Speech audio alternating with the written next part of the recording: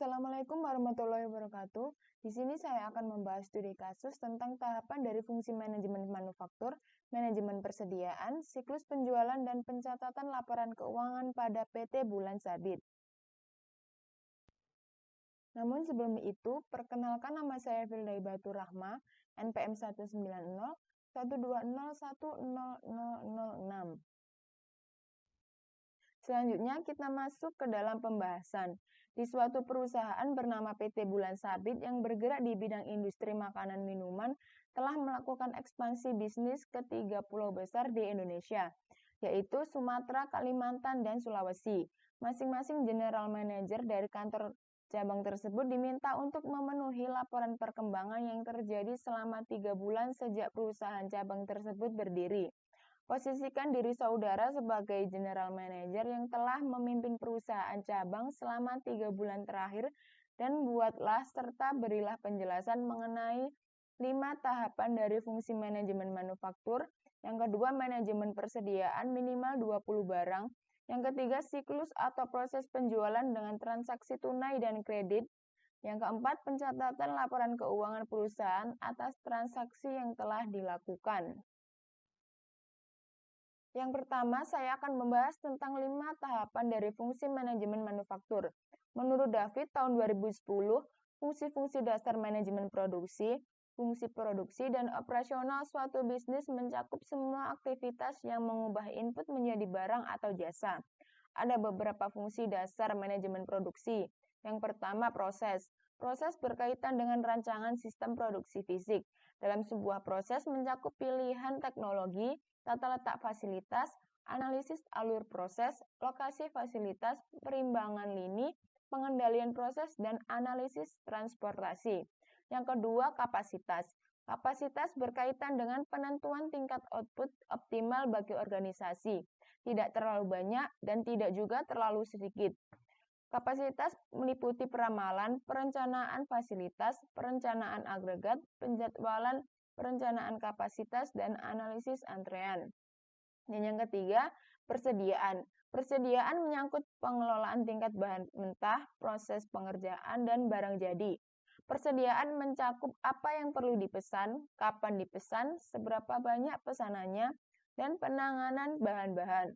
Yang keempat, angkatan kerja. Angkatan kerja berkaitan dengan pengelolaan tenaga kerja terampil, tidak terampil, dan manajerial.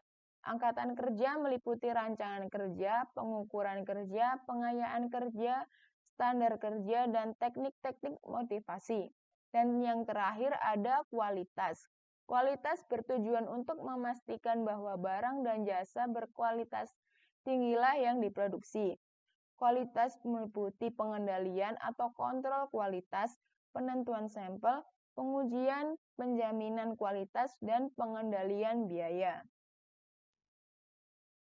Di sini saya memakai aplikasi iPOS 5 untuk menjawab persoalan-persoalan yang ada di atas. Yang harus dilakukan pertama kali adalah membuat database perusahaan dengan menekan opsi buat database. Setelah muncul tampilan seperti itu, isi nama database dengan nama perusahaan, misalnya PT Bulan Sabit. Kemudian jangan lupa untuk menekan simpan. Kemudian, isi user dan password untuk login di akun perusahaan yang akan didaftarkan. Setelah itu, isi kode kantor apakah kantor pusat atau kantor cabang. Kemudian isi nama perusahaannya, lalu tekan lanjut. Setelah itu, akan muncul opsi data perusahaan yang berisi tentang company profile. Kemudian tentukan periode awal pencatatan dan tentukan periode akhir keuangan perusahaan, lalu tekan selesai. Kemudian akan muncul tampilan awal seperti gambar ini.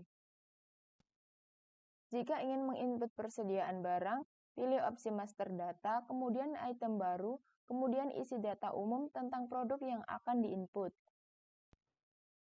Kemudian, tekan satuan dan harga produk yang akan dijual, lalu tekan simpan. Ketika produk sudah diinput, maka akan muncul tampilan seperti ini, dan daftar ini merupakan item yang akan dijual oleh perusahaan. Jika ingin menambahkan stok produk, Tekan persediaan, lalu tekan saldo awal item dan isi kolom jumlah untuk stok yang tersedia. Pada tahap siklus penjualan, maka bisa dipilih untuk opsi penjualan, kemudian tekan daftar penjualan. Setelah itu, tekan search pada bagian pelanggan, kemudian jika ingin menambah pelanggan, kita harus menekan opsi tanda tambah. Kemudian isi data kode, nama, dan grup pelanggan. Jika kita ingin bertransaksi dengan tunai atau kredit, maka pilih opsi bisa kredit untuk transaksi kredit atau tidak bisa kredit yang artinya dibayar tunai. Kemudian, jika pelanggan ingin melakukan pembayaran, kita hanya perlu memasukkan nama dan kode barang yang sudah kita input dan berapa jumlah barang yang dipesan. Kemudian tekan tunai jika pelanggan melakukan pembayaran tunai dan tekan kredit, kemudian tetapkan pembayaran jatuh temponya. Jika pelanggan tersebut melakukan pembayaran dengan kredit, lalu beri keterangan transaksi kredit atau tunai. Tampilan ini merupakan tampilan transaksi yang pembayarannya menggunakan kredit. Sedangkan tampilan ini merupakan transaksi yang pembayarannya menggunakan tunai. Kemudian, data ini merupakan data pelanggan yang sudah diinput apakah pelanggan tersebut melakukan transaksi dengan kredit atau tunai. Kemudian, jika ingin melakukan pencatatan laporan keuangan perusahaan atas transaksi yang telah dilakukan, maka tekan opsi laporan, lalu keuangan, lalu pilih opsi laba rugi. Setelah itu, isi periode yang sudah ditetapkan seperti di awal, kemudian tekan cetak. Setelah itu, akan muncul laporan laba rugi dari periode yang sudah ditetapkan perusahaan. Demikianlah yang bisa saya jelaskan dan saya sampaikan. Terima kasih atas perhatiannya. Kurang lebihnya mohon dimaafkan. Wassalamualaikum warahmatullahi wabarakatuh.